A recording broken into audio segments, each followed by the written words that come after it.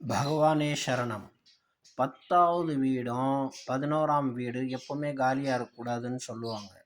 இந்த 10வது வீட்டில் சுபர்களோட அசுபர்கள் இருந்தால் நல்லதுன்னு சொல்லுவார்கள். அதே மாதிரி 11th வீட்டில் அசுபர்கள் இருந்தாலும் சரி, சுபர் இருந்தாலும் சரி, அந்த கிரகம் நல்லது செய்யும். இந்த 2 வீட்டில் நீச்ச கிரகம் இருந்தாலும் அது நன்மையே செய்யும். பல லாபத்தை எடுத்து கொடுக்கும். நல்ல விஷயங்கள் எல்லாம் அந்த ஜாதகனுக்கு நடத்தி கொடுக்கக்கூடிய வலிமை கொண்டது இந்த 2 ஸ்தானங்கள். ஒன்று ட்ரெஷரி, ஒன்று கர்மம். 2 கர்மத்து மூலியமாக ட்ரெஷரியை ரொப்புவான்.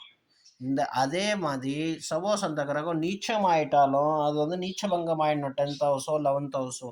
11th ஹவுஸில் நீச்சம் ஆகணும், பங்கம் ஆகணும்னு கூட அவசியம் கிடையாது. ஆனாலும் அது லாபத்தையே தரும், பல விஷயத்தில் லாபத்தை தரும்.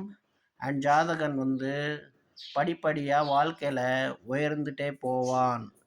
இது ரொம்ப ரொம்ப முக்கியமான ஒரு அமைப்பு. உங்கள் ஜாதகத்தில் இந்த மாதிரி பிளேஸ்மெண்ட் ஆயிருக்கான்னு பாருங்கள். சரணம், பகவானே சரணம்.